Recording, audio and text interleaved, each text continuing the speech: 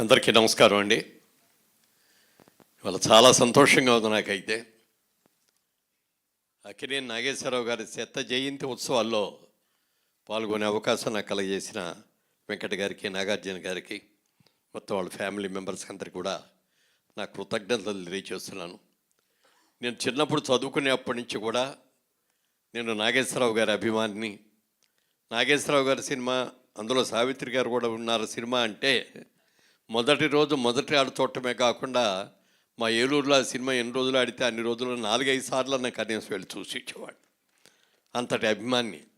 అలాంటి అభిమానితో ఎప్పుడైనా ఒకసారి ఆటోగ్రాఫ్ తీయించుకోగలుగుతామా అనుకున్న నాకు ఆయన పక్కన నటించే అవకాశం రావడం, ఒక సినిమా కాదు చాలా సినిమాల్లో కలిసి నటించే అవకాశం రావడం నా చాలా అదృష్టం అనుకుంటాను.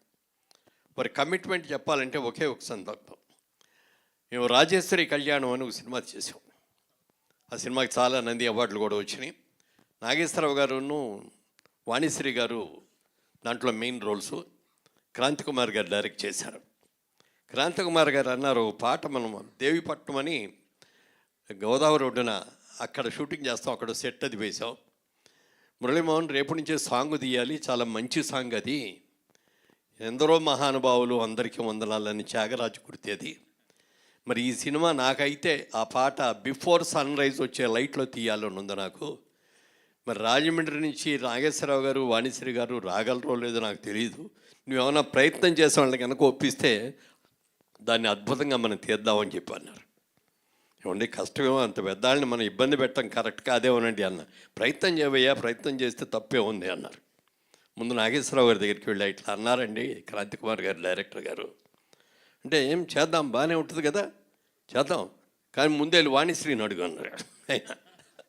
అదేమిటండి అన్న, ఆవిడ మేకప్ వేసుకోవడానికి 2 గంటలు పడుతుంది, ఆవిడ అక్కడ చేసుకొని అక్కడి నుంచి బయలుదేరి దేవిపట్నం వచ్చేటప్పటికి ఎంత టైం పడుతుందో నీకు తెలుసు కదా అన్నారు. సరే వెళ్ళి ఆవిడ దగ్గరికి వెళ్ళి అడిగాను. నాగేశ్వరరావు గారు ఏమన్నారు అన్నారు. ఆవిడ వస్తానన్నారండి, మిమ్మల్నే కనుక్కోమన్నారన్న. అయితే వచ్చేస్తాను నేను కూడా అన్నాడు. ఓ రోజున సినిమా చూసి సెకండ్ షో చూసి నేను హోటల్కి వచ్చేటప్పటికి ఆవిడ కారిడార్లో నడుస్తుంది. వాణిశ్రీ గారు, ఏంటమ్మా ఇంకా పడుకోలేదా అంటే, నేను పడుకోవటం అయిపోయింది, లేచాను కూడా, లేచి ముందు మార్నింగ్ వాక్ చేస్తున్నా, ఎందుకంటే కాసేపట్లో మేకప్ వేసుకొని బయలుదేరాలి కదా అని. అది వాళ్ళ రోజుల్లో వాళ్ళకున్న కమిట్మెంట్, ఒక అద్భుతమైన కమిట్మెంట్. డైరెక్టర్ నాకు ఇది కావాలి అని అంటే దానికోసం ఎంత కష్టమైన, పైగా రాజమండ్రి నుంచి దేవిపట్నం రావడానికి 1 అవర్ కార్ జర్నీ. అలా చేసిన గొప్ప వ్యక్తి అయినా. అలాగే అన్నపూర్ణ స్టూడియోస్, మరి నాగేశ్వరరావు గారి సినిమాలన్నీ కూడా అన్నపూర్ణ పిక్చర్స్ బ్యానర్తో దుక్కిపాటి మధుసూదనరావు గారు నిర్మాతగా అనేక చిత్రాలను నిర్మించారు. కానీ అన్నపూర్ణ స్టూడియోస్ కట్టిన తర్వాత అన్నపూర్ణ స్టూడియోస్ బ్యానర్ మీద అక్కినేని అన్నపూర్ణ గారు సమర్పించు అని పెట్టి తీసిన మొదటి సినిమా, అందులో నటించే అవకాశాన్ని అక్కినేని నాగేశ్వరరావు గారు నాకు ఇచ్చారు. నేను ఆ రోజున అడిగాను ఆయన, అదేమిటి సార్ మీ స్టూడియో పేరు మీద సినిమా తీస్తారు, అన్నపూర్ణ గారు సమర్పిస్తున్నారు, మీరు హీరో వేయాలి కానీ నన్ను పిలిచారు ఏమిటండి అంటే, ఈ క్యారెక్టర్కి నా ఇమేజ్ ఎక్కువైపోతుందయ్యా, నీ ఇమేజ్ కరెక్టు అని చెప్పన్నారు ఆయన. అని చెప్పడమే కాకుండా సినిమాలో బుక్ చేయడమే కాకుండా అన్నపూర్ణ స్టూడియోలో ఆయన అతి పవిత్రంగా చూసుకునే ఆయన గెస్ట్ హౌస్ ఉంటుంది, కాటేజ్. ఈ కాటేజ్ నేను ఇంతవరకు ఎవరికి ఇవ్వలేదు, మురళీమోహన్ నీకు ఇస్తున్నాను, నేను ఈ కాటేజ్ని ఎంత పవిత్రంగా చూసుకున్నావు నువ్వు కూడా అంత పవిత్రంగా చూసుకోవాలి అన్నారు. తప్పకుండా సార్ అని చెప్పాను.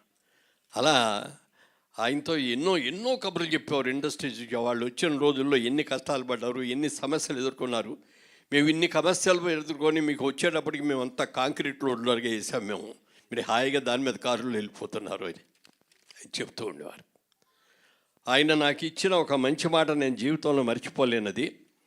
అది మా సినిమా ఇండస్ట్రీలో శ్రీరామచంద్రుడు ఎవరన్నా ఉన్నారంటే మురళీమోహన్ అని చెప్పి రవీంద్ర భారతిలో చెప్పడం కాకుండా అమెరికాలో కూడా అనేక వేదికల మీద ఆయన చెప్పారు. ఆయన నాకైతే అది ఆస్కార్ అవార్డు కంటే కూడా చాలా ఎక్కువగా ఫీల్ అవుతాను నేను. అంత అద్భుతంగా నాకు ఇచ్చారు అంటే, ఎందుకంటే అది నా సన్మాన సభ కాదు, నా గురించి మాట్లాడాల్సిన అవసరం కూడా లేదు. అయినప్పటికీ కూడా ఆయన నా మీద ఉన్న అభిమానంతో చేసినందుకు వారికి మనస్ఫూర్తిగా వారి ఆత్మ ఎక్కడున్నప్పటికీ కూడా మరి వారి ఆత్మ, ఎందుకంటే ఆయన ఎక్కడికి వెళ్ళరు, ఇక్కడే ఉంటారు, హైదరాబాద్లో ఉంటారు. ముఖ్యంగా హైదరాబాద్కి ఫిల్మ్ ఇండస్ట్రీస్ని తీసుకొచ్చిన ఘనత ఎవరికి దక్కిందంటే అక్కినేని నాగేశ్వరరావు గారి. నాగేశ్వరరావు గారితో ఏమన్నా సినిమా తీయాలి అని అనుకుంటే మీరు హైదరాబాద్ వచ్చి తీస్తానంటే నాకు కాల్ షీట్లు ఇస్తాను బాబు, మద్రాసు రావటం అనేది నాకు కుదరదు అనేవారు.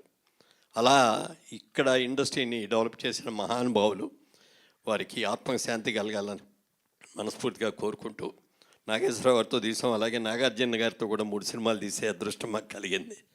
మరి మిగిలిన వాళ్ళిద్దరితో ఇంకా చేయలేదు, అది కూడా చేసే అవకాశం. థ్యాంక్ యూ అండి, థ్యాంక్ యూ.